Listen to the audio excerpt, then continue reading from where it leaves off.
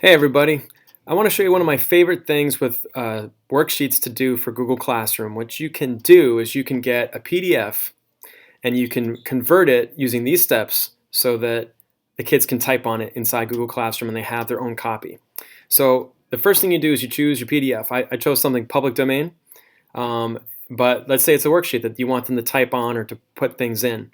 So the first thing you do is you go up to File and you go to Save as Other. And then you go down to where it says Microsoft PowerPoint.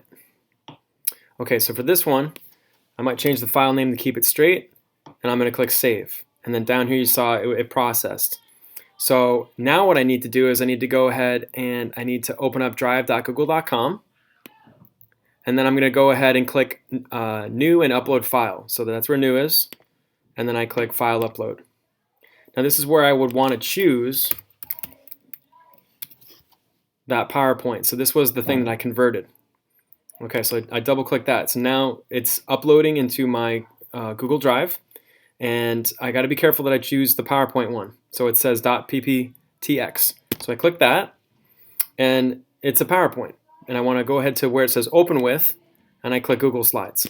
So now it's going to convert the PowerPoint into a Google Slide, which then you're ready to go ahead and change the name of and put it in Google Classroom and have each kid get a copy that they can actually type on. Now for this particular way you do it with the slides, you want to go ahead and tell the kids and you to click on View, go to Zoom, and 100%. And then you can actually see everything and kind of look at it. Now sometimes when you put the PDF in, the Google Slides recognizes it as different boxes that they can actually type in. For this one, it didn't do that. So if that happens, I would just tell the kids to go ahead for each answer to click the T for the text box, and then to go ahead and make a text box, and they could actually type their answer. And usually I'll tell them they can go ahead and do this with green writing too. That way I can kind of see the difference between the green and the black to make sure they did it. Okay, the other option you can actually do is you can do this as a screenshot. So let's say you don't have the software that I just showed you and you're not sure how you're going to go ahead and do it. Well, you can go back to the PDF that you have, and what you want to do here is you want to expand it to cover the whole screen, and then you're going to take a screenshot. Now for the Mac, it's just Shift Command 4. Chromebook would be Control, and then it would be the Windows switch key, which looks like this. Okay. All right. So let's go ahead and do it. So we put this to the biggest size, and then you can click Zoom and make it bigger if you want. But let's say I want this whole thing. I'm going to go ahead and I'm going to do for my Mac the Shift Command 4, and again for the Chromebook it would be Control and then Windows switch. Now I go ahead and I highlight the whole thing that I'm going to want, and you probably heard the click, so that it saved it. And then what I'm going to do at that point is I'm going to go ahead and I'm going to click New again. Oh, actually, you know what? Better yet, let me go ahead with the directions. So slides.new, that's a cool new extension that Google has, and it'll give you a new slide presentation. And what you can do at that point is you go to Insert. I might just shut this so you can see it better. You go to Insert, you go to Image, and you go to Upload from your computer. Now with my computer, sometimes it lists screenshot as one word, which I can then find, or sometimes it lists it as the two words, and I might have to actually search for it to see where it went.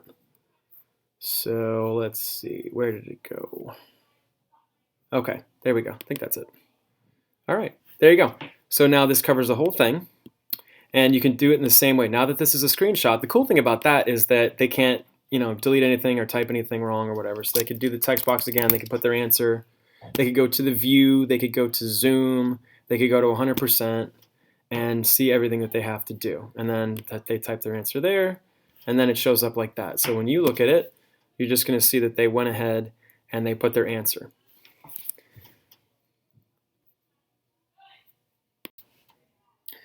Okay, so at this point, once you have the file ready to go, what you want to do is you want to go to the name, and you can go ahead and name it. Now, Alice Killer is great about saying you should, I gotta spell it right, pyramid. You should go ahead and you should put a number in the assignment. So when the students get it, it'll be very easy for them to see which assignments they have to do or which ones they missed. So you have that. The other thing is she suggests you go ahead and you put a star so you can find it later in your drive. So when you look in your drive, you could actually go ahead and look for the star part right there, and then you could see, oh, there it is. Okay, now let's say you have this, you're ready to go. So what you want to do is you want to actually give it to the students as something they can write on. So you go to classroom.google.com. You're going to go ahead and open your class, and you're going to go up to the classwork tab. Then you go ahead and you click create. For this kind of thing, it's going to be an assignment, so you click assignment, and then you'll see down here a couple of things. So I would go ahead and title it, and you could put that.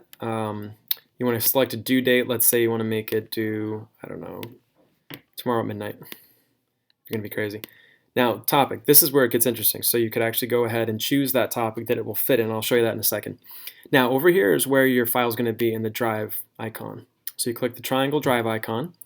It's going to open up the recent files that you've been working on, and you can go ahead and click that, and you click add.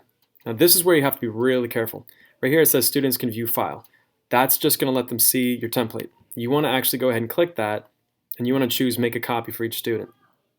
You don't want to click edit file, because then that will let all the students be able to completely change the template.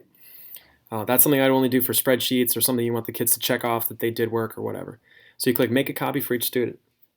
Now when you do that, then it will actually go ahead and give you the choice to schedule it. You could schedule it to drop tomorrow at 8 a.m.